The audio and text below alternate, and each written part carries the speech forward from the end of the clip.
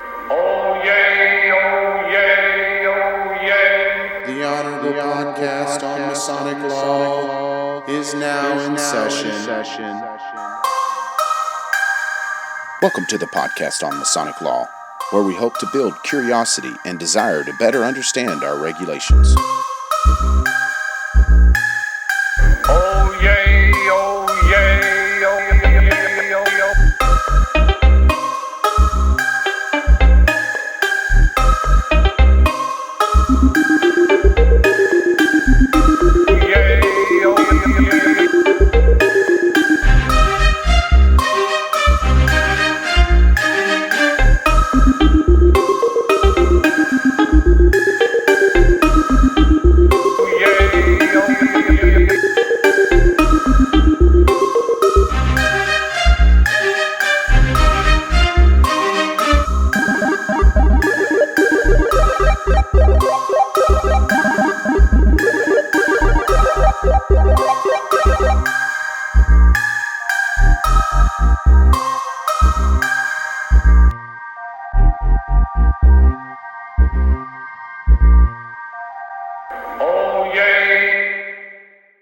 Welcome back, brothers. This is Rip Moore, Past Master with Fort Worth 148, and today we're going to be talking about the Endowed Membership Fund. Before we get into that, though, I just want to remind everybody that I'm not an authority on this Grand Lodge law. Just find it interesting and want to share it with you. And the Endowed Membership Fund is something that touches us all, so I thought I'd go ahead and throw it in there. It's a bit lengthy, but it's full of good info. And if you haven't read these articles out of your law book, I can't recommend it enough. It's full of legalese, and it's one of those ones you got to read a few times. So we're going to be going over Article 163B, 163E, and Article 318. So let's get cracking, because what I'm going to do today is just read these word for word out of the law book. No interpretation on my part. It's lengthy enough. So let's get going. So Article 163B, the Endowed Membership Fund. The Endowed Membership Fund shall consist of all monies received by the Grand Lodge for the purpose of purchasing endowed memberships in Texas lodges as provided in Article 318A of these laws. And all such funds, along with the income therefrom, shall be kept in a special and separate account entitled the Endowed Membership Fund. Unless specifically authorized by a 2/3 majority vote of this Grand Lodge, no part of the principal amount of the Endowed Membership Fund shall be used for any purpose except investment and reinvestment, and only then after due notice shall be given to the lodges and members by resolution as provided in Article 172 of these laws. All income earned from investment of the fund, less any administrative fee provided by these laws, shall be annually distributed to the lodges in accordance with the provisions of Article 318A of these laws. And such administration fee shall be placed at least annually in the general fund for the operation of this Grand Lodge and its programs through the regular budgetary procedures as recommended by the Grand Lodge trustees and the Finance Committee for the approval of this Grand Lodge. Article 163E, Owner and Management of the Endowed Membership Fund. The Endowed Membership Fund is owned by the subordinate lodges by whom contributions have been made. Under the provision of Article 318 of the laws of the Grand Lodge of Texas, the percentage ownership of such a subordinate lodge is based upon the dollar amount of its contributions to the Endowed Membership Fund. The Grand Lodge of Texas, in annual communication, has authorized and directed the trustees of the Grand Lodge of Texas, on behalf of its subordinate lodges, to create one or more trust and related entities to hold legal title to the assets of the Endowed Membership Fund. In order to protect these assets from the claim of future creditors of the lodges, the EMF trust, the Endowed Membership Fund trust, shall be created by the Grand Lodge of Texas trustees under and in accordance with the trust laws as they exist from time to time of Delaware or other states where their laws allow the Grand Lodge of Texas, on behalf of its subordinate lodges, to keep significant control over the management of the EMF assets. Texas has no comparable laws for this purpose. Under the EMF Trust and its related entities, the trustees of the Grand Lodge of Texas will retain, on behalf of the subordinate lodges, all investment power over the EMF assets. Distributions to subordinate lodges from the EMF Trust are fixed under Grand Lodge law. The trustees of the Grand Lodge of Texas will have the power to change in its sole discretion the corporate trustee of the EMF Trust. Although the subordinate lodges will no longer directly own the EMF assets after the EMF Trust is funded, the subordinate lodges for whom the EMF contributions have been made will be the sole beneficiaries of the EMF Trust, and no other person or entity may benefit from the EMF Trust at any time, except as required by applicable state law upon the creation of the EMF Trust.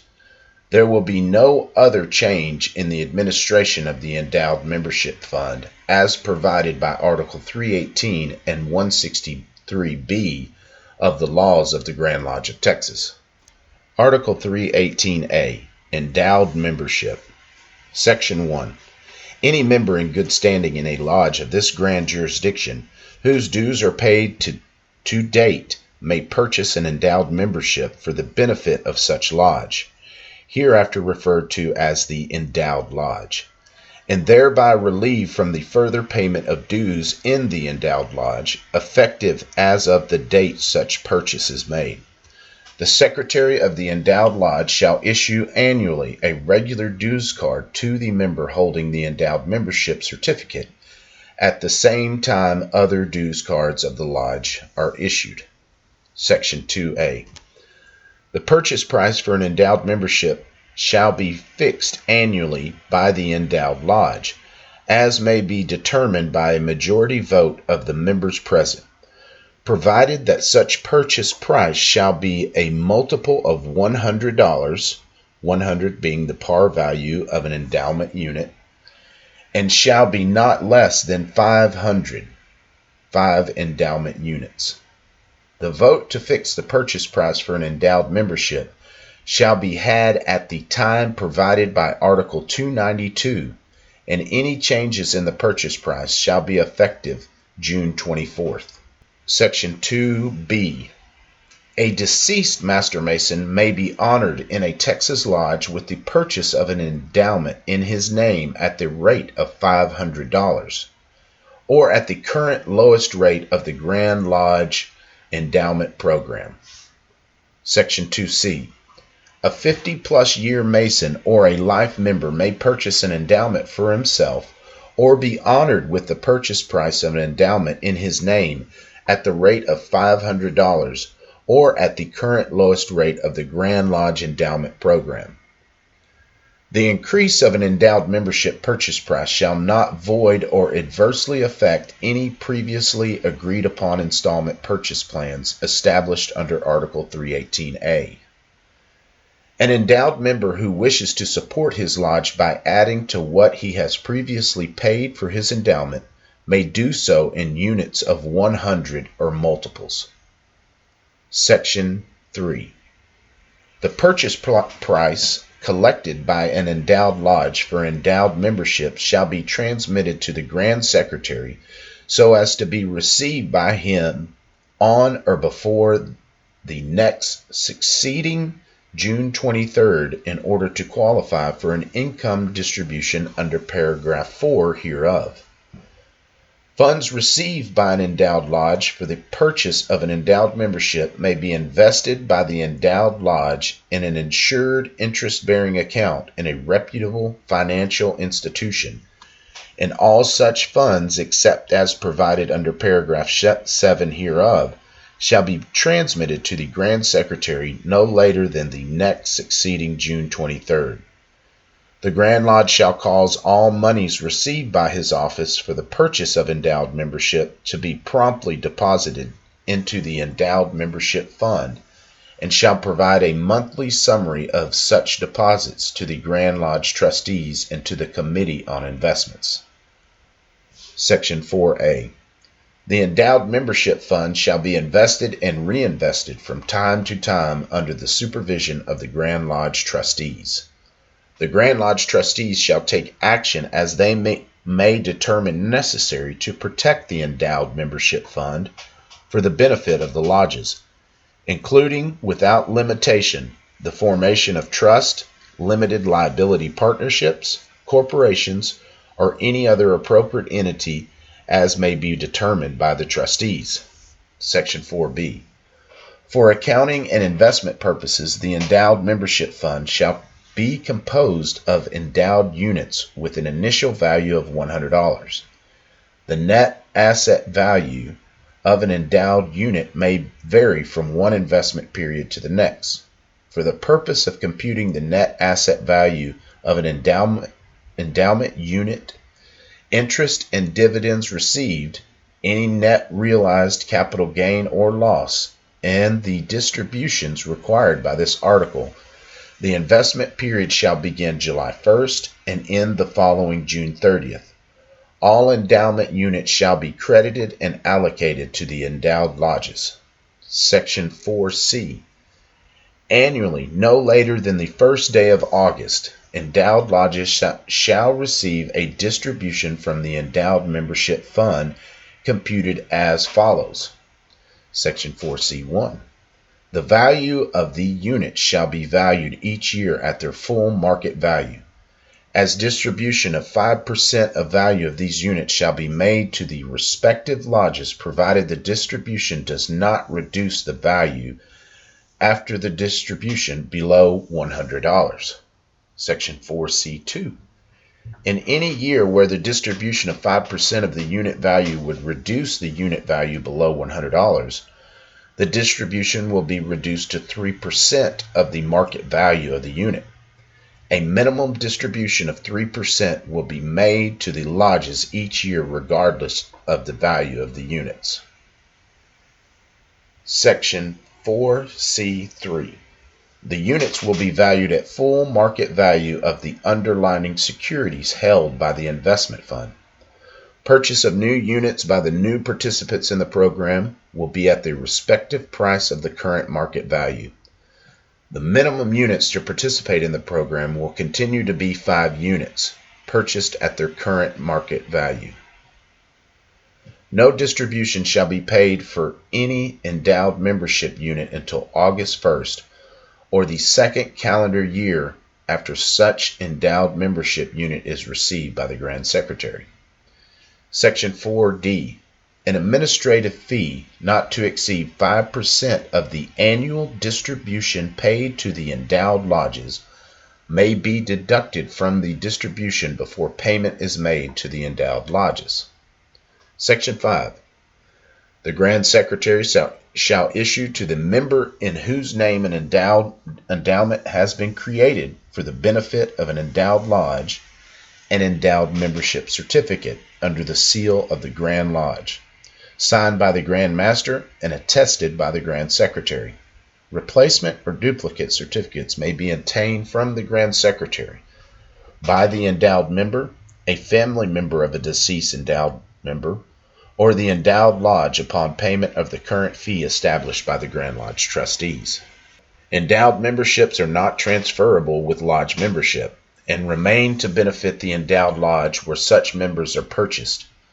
Endowed membership purchased by members and endowed memberships purchased in any part in honor or memory of a member, or endowed membership purchased in any part by a lodge, organization, individual, or group of individuals in the name of a member or former member, and the endowed memberships of deceased members cannot be transferred to any lodge except as provided for consolidation or demise lodges.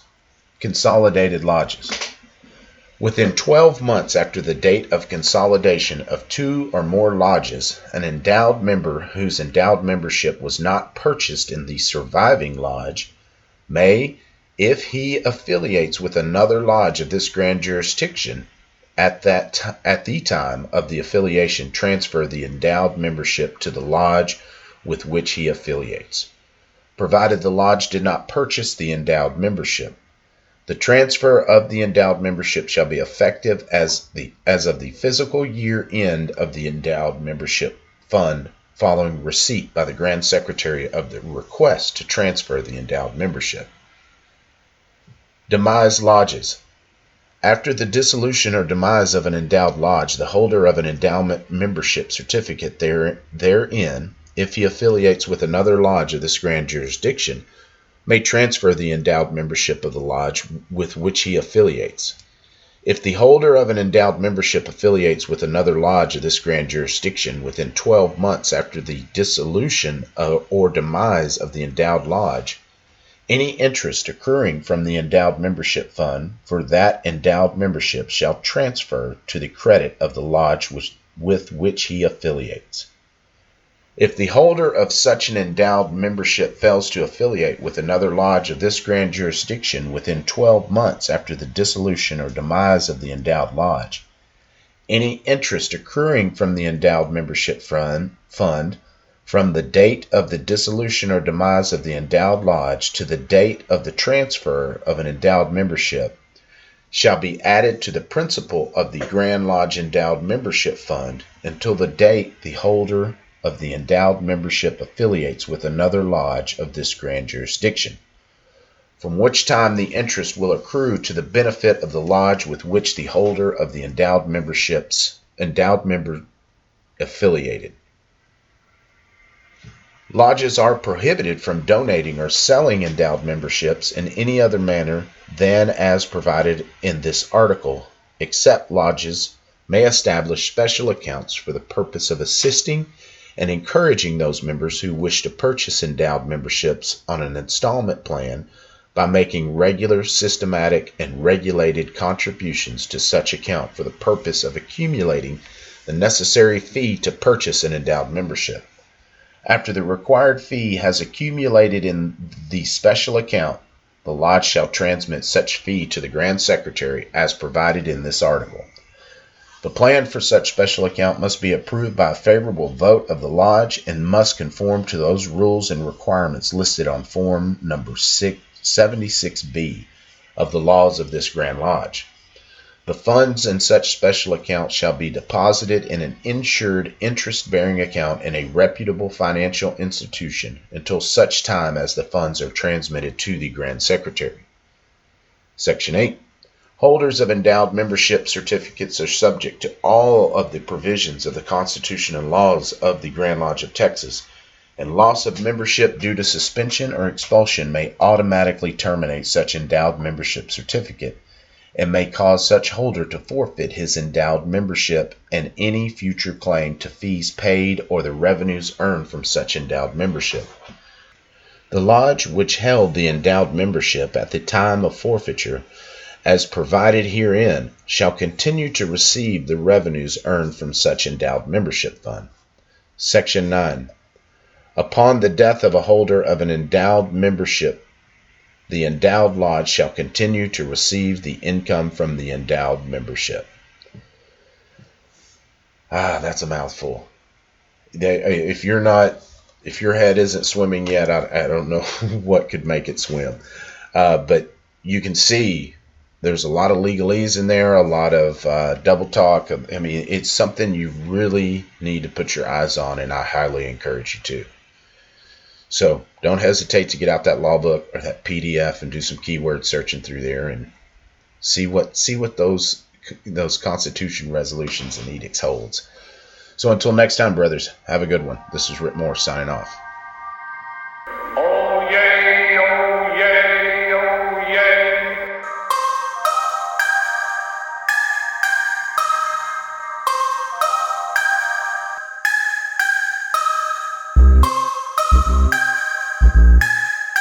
Oyez, oyez, oyez, oyez.